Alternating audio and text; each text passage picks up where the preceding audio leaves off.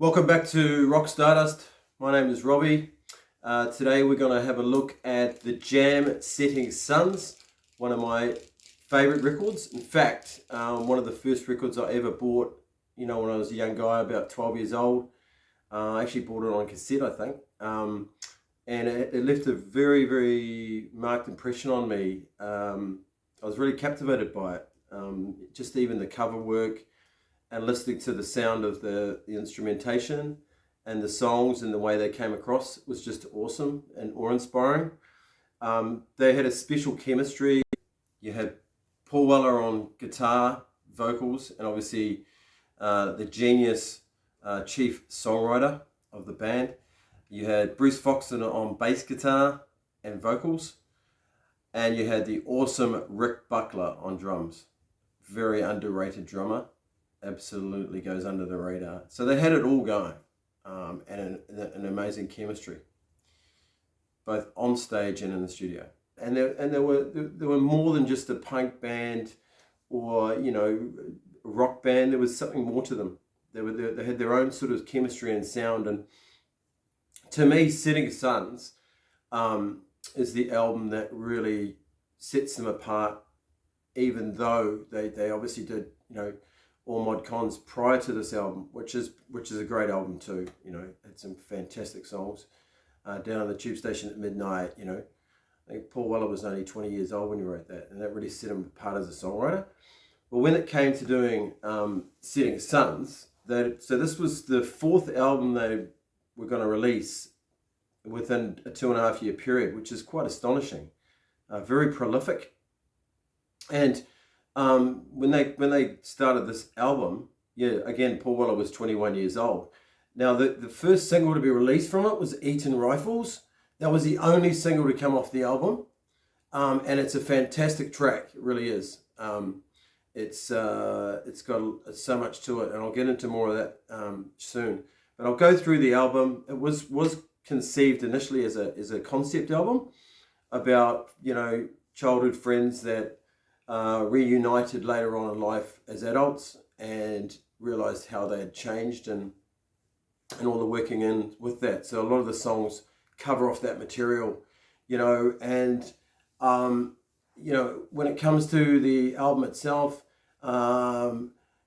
Vic Coppersmith Heaven had a lot to do with it as well. He was producer and helped arrange the songs with the band.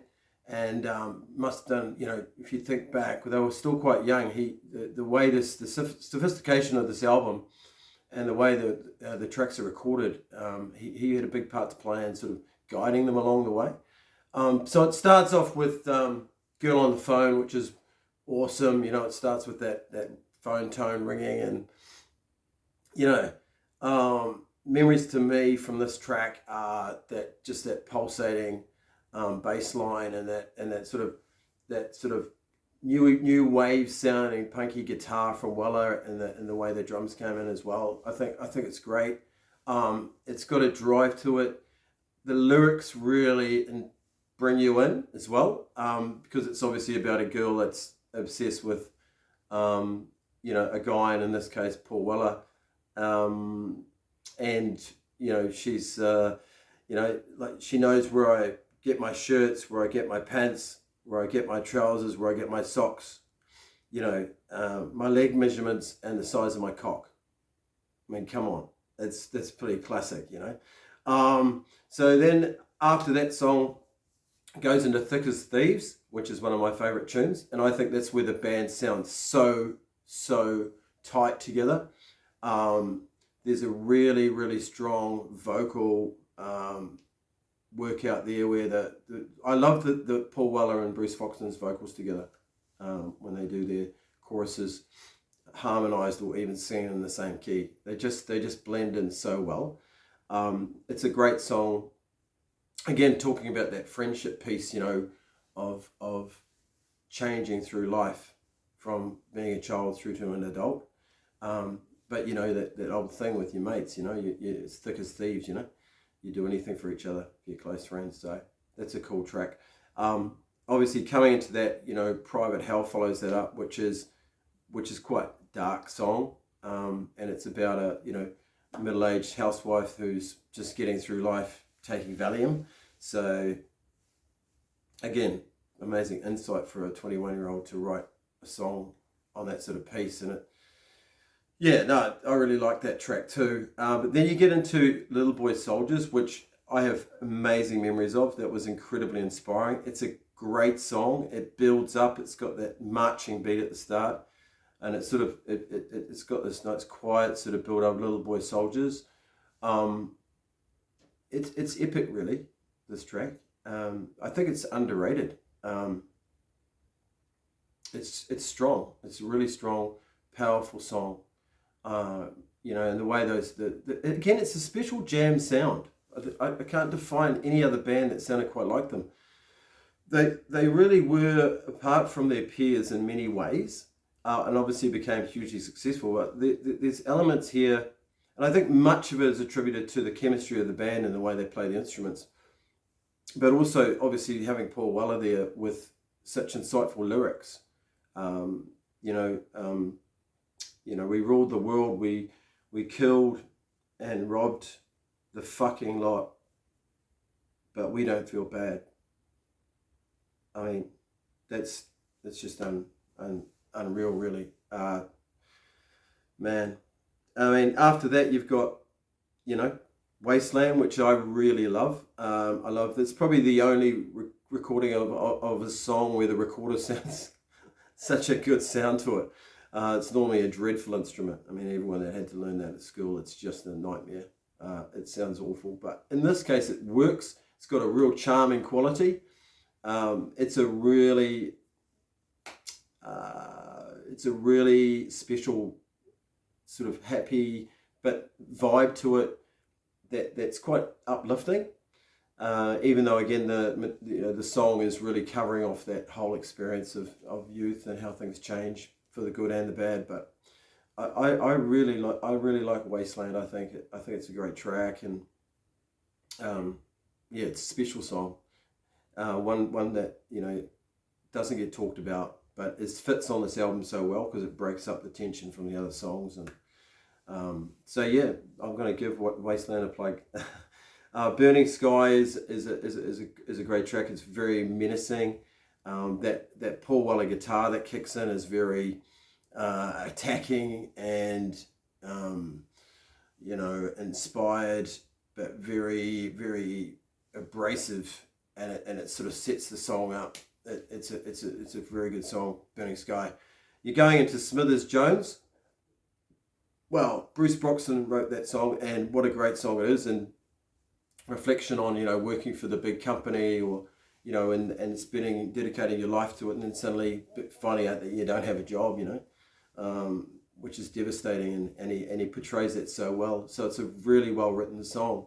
I think my favourite song of Bruce Foxton, and he deserves a lot of credit for that. It's an outstanding track. Then into the punky rock and roll of Saturday's Kids. Such a catchy song. That would make an amazing single. I think everyone should know that track.